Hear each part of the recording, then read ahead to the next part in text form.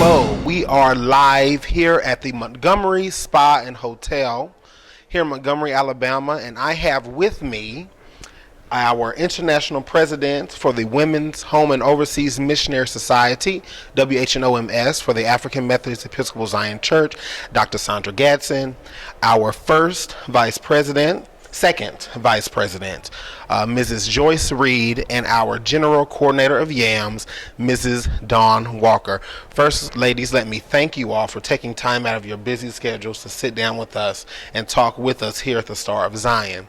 My first question is for you, Dr. Gadsden. As the international president at such a time as this for the WH&OM Society, what is something you would like to communicate to our viewers, to the members of the society, as it pertains to your vision and your focus for the Missionary Society going out through the remainder of this quadrennium? Thank you. First, thank you for the opportunity to have a few words to say with regards to the society. And I am very pleased to be here, to be in Montgomery. We have a milestone to celebrate here during this time, but this is actually where the WH&OM Society was organized over 100 years ago at Old Ship A.M.E. Zion Church in Montgomery. And about 10 years ago, we were here celebrating the 125th anniversary of the WH&OM Society. So it's wonderful to be back and to be celebrating another milestone in the life of the society. My vision for WH&OMS is to continue our outreach, continue to serve. You know, with all of our themes that we have, maximizing our mission through mission education and Christian living, but we also have the underlying theme to win the world for Christ. So all that we do is to glorify God and to spread the word of God to others and to serve. One of my main focuses that I would like to see done during this quadrennium, which will end in 2015, is an outreach project that deals with Janie Speaks Hospital, Janie Speaks Medical Center in El Francho, Ghana. This medical center was started, probably 15 or 20 years ago. It bears the name of Janie Speaks, a former missionary supervisor who loved the work in Africa. And that facility was started. It bears her name. And now we are undertaking to make that facility a full-fledged medical clinic with the necessary supplies that are needed. So that's one of our main focuses, in to be able to do that during this quadrennium. Our other focus is, of course, Christian education, mission education, to continue to teach our missionaries, whatever department they're in, how to do service and how to make their programs more effective as they continue to strive to win the world for Christ in all that they do. Thank you very much, Dr. Gadsden, for that. And to you, Mrs. Reed, as second vice president, I understand that one of your responsibilities is overseeing the execution of the Leadership Training Institute. And I know personally that is something you have experience with in dealing with mission education when you served in the Western North Carolina Conference. I do remember that. So if you could please tell us, what are some things you want to see the attendees gain here from the Institute, and then in turn take back to their various districts and the various local churches and also disseminate through the conference? Thank you. I, too, really appreciate the opportunity to speak to you about the Leadership Training Institutes.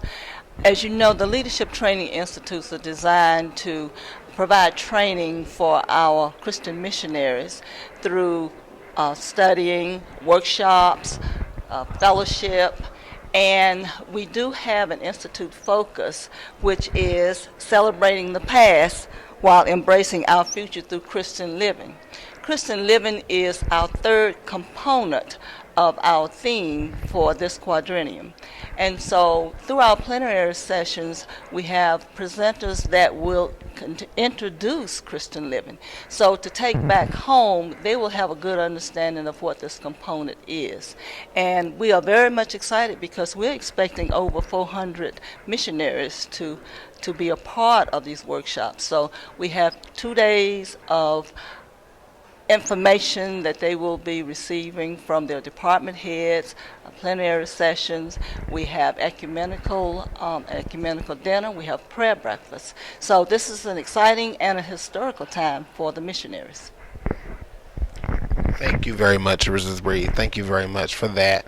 And to you, Mrs. Walker, we are celebrating the 30th anniversary of the YAMS, the Young Adults Missionary Society, which is a branch of the WH&OMS Society, comprising of ladies between the ages of 22 and 40, I believe, if I'm correct.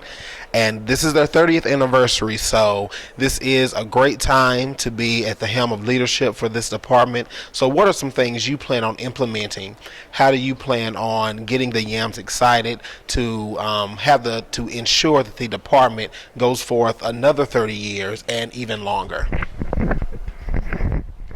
Thank you so very much. One of the best ways to do that is to affect change in the areas that impact young adults.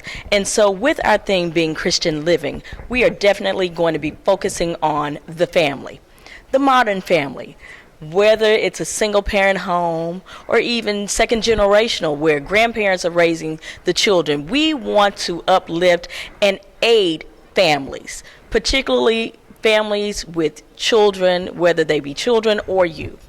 And so this quadrennium, that is what we're going to be doing.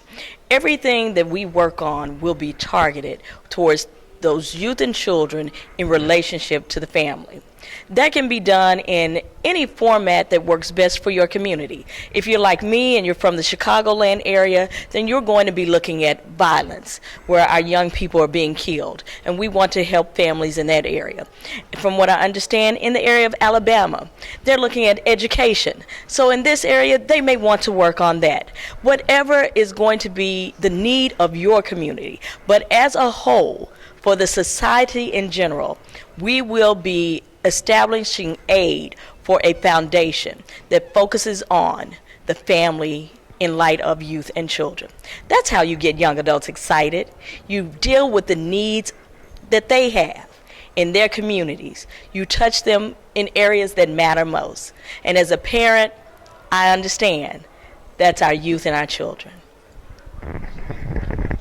Thank you so very much, ladies, as I said before, for taking time out of your very busy schedule. I know you have a meeting to go into. Dr. Gadsden, you have your report before the council coming up. And we are just excited about the work that the Women's Home and Overseas Missionary Society is doing and how they are lifting up the banner for Christ here in Montgomery, Alabama.